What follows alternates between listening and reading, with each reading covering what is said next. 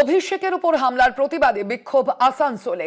বিক্ষোভে তৃণমূল নেতৃত্ব, বিক্ষোভে বিধান উপাধ্যায় নরেন্দ্রনাথ চক্রবর্তীর মতো নেতৃত্ব, বিক্ষোভে অংশ নেন উজ্জ্বল চট্টোপাধ্যায়ও। গতকাল আমরা যেভাবে দেখেছি সোনারপুরে আক্রান্ত হতে হয়েছিল তৃণমূল সাংসদ অভিষেক বন্দ্যোপাধ্যায়কে, তারপরেই কিন্তু এই বিক্ষোভ দেখান তৃণমূল নেতৃত্ব। দেখাচ্ছে সেই ছবি আপনাদের সামনে। আসানসোলে বিক্ষোভরত তৃণমূল নেতৃত্ব। গতকাল অভিষেক বন্দ্যোপাধ্যায়ের ওপরে যেভাবে যে আক্রমণের ঘটনা আমরা দেখেছিলাম, হামলা চালানো হয় অভিষেকের উপর।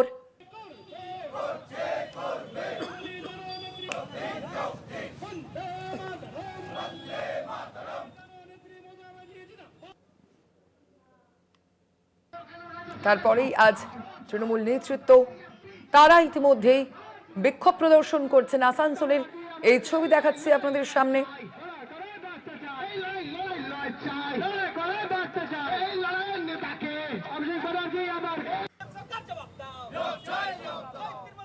কথা বলবো আমরা বিষয়ে। আমাদের সঙ্গে এই মুহূর্তে ফোন লাইনে রয়েছেন প্রতিনিধি উৎপল পাথর। উৎপল, ঠিক কি দাবি জানাচ্ছেন তৃণমূল নেতৃত্ব গতকালের যে ঘটনা, সেই ঘটনার প্রেক্ষিতে আজকের এই বিক্ষোভে? দেখো সোনালী, যে তৃণমূলের সাধারণ সম্পাদক তথা সাংসদ অভিষেক বন্দ্যোপাধ্যায়ের যে গতকাল যে তার উপর যে হামলা হয়েছে, তার প্রতিবাদে আজকে আসানসোল শিল্পাঞ্চলের বিভিন্ন জায়গাতে তৃণমূল কংগ্রেস কর্মীরা বিক্ষোভ দেখাচ্ছেন।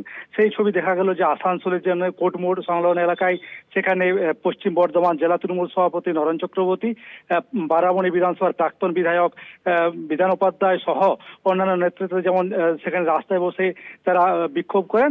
এবং সেই সঙ্গে যে কুলটির যে নওয়াজপুর নিউ রোড, সেখানে প্রাক্তন বিধায়ক কুলটি বিধানসভার উজ্জ্বল চট্টোপাধ্যায় বিক্ষোভ করেন।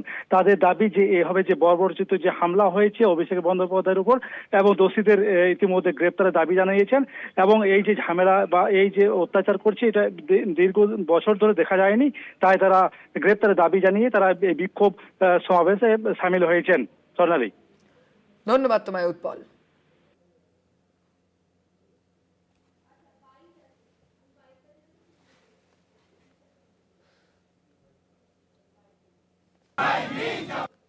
অভিষেক বন্দ্যোপাধ্যায়ের গায়ে হাত দেওয়া মানে একজন সর্বভারতীয় নেতা, ভারতবর্ষের নেতা, তার গায়ে হাত দেওয়া মানে এটা মানে ছোট্ট জিনিস না। যারাই করেছে, মানে করেছে আবার কি সরকারই করেছে, সরকারের ছেলেরাই করেছে, অন্য কেউ তো বাইরের থেকে তো লোক আসেনি নিশ্চিতভাবে।